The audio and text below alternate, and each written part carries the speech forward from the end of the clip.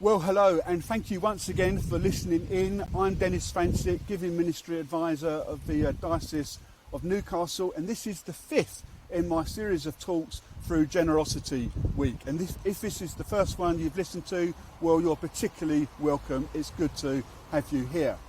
Now, the story is told of John Wesley, the great preacher and founder of Methodism, that once, when sailing to America, a storm arose and the ship got into difficulties, and there was the very real risk that it was going to go down and all aboard would lose their lives. And Wesley, well, he kind of worried and panicked along with most of the passengers, but then he noticed a group of Moravian Christians who, instead of worrying like everyone else, they were just kneeling down and quietly giving themselves to worship. And this caused Wesley to write in his journal later, "I fear that I'm a fair weather Christian." In other words, he acknowledged that it's easy to be a Christian when everything is going okay, but does our faith still hold? Does it still hold true when we hit whatever difficulties life may throw at us?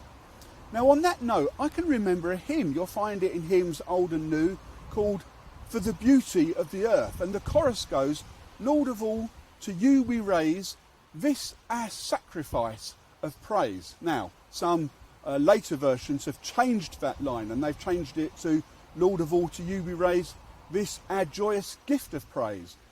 But I think the original writer had seen something, knew something, which perhaps those who favour the more modern version are missing, and that is, sometimes praise is a sacrifice. And likewise, for those of us who perhaps prefer more contemporary songs, you may be familiar with "Blessed Be Your Name" by Matt Redman. But the third verse is, do you remember that? Which is, "Blessed be your name when there's pain in the offering." So whether you're more comfortable with the older traditional hymn or the contemporary modern song, they're both expressing the same thought, that sometimes there is a sacrifice, sometimes it's painful, sometimes to praise is difficult, and the Christian life is not always easy. Please beware of those who tell you that it will be easy, because the truth is, for most of us, if not all of us, we're going to face some trouble from time to time. It's the same with giving. It's not always easy to give. Sometimes it's painful. Sometimes it involves a sacrifice. If our mindset is that we will give from whatever we have left over, and if there's nothing left over, we won't give, then we're missing something. We're missing the beauty of making a sacrifice, of our giving being part of our worship, and our worship being pleasing and delightful to God, and deepening our relationship with Him. Now, don't get me wrong. No one wants you to give money that you haven't got, and no one should be telling any of us how much or how little to give. These issues are really between us as individuals and God. My suggestion is simply that there's a new level of worship to be experienced, a new depth of God to explore when our giving involves an element of sacrifice. Maybe it will remind us of the sacrifice Christ Himself made for us. Maybe it will draw us towards a simpler and a purer life. I don't know. What I do know is that when our giving involves elements of going without something else, then it's worship, and it's highly valued by God.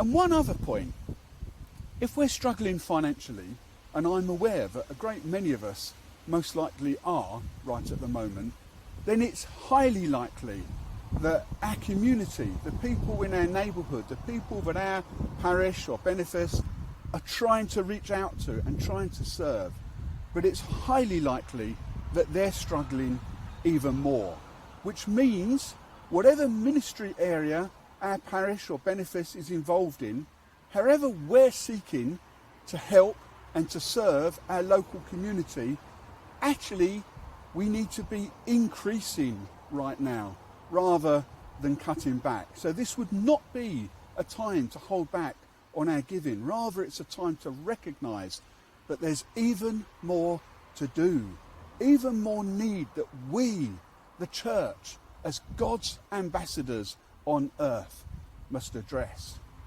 Now, in one of my previous jobs, my old sales director had this little line he used to trot out: when the going gets tough, the tough get going. In other words, when things are difficult, he expected those of us who were really committed to his team to be doing even more. Well, that was sales.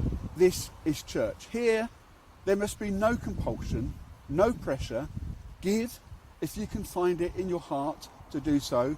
But if you do decide to sacrifice something else in order to give, or in order to give a little more, then you should know that not only will God see that, he will delight in it.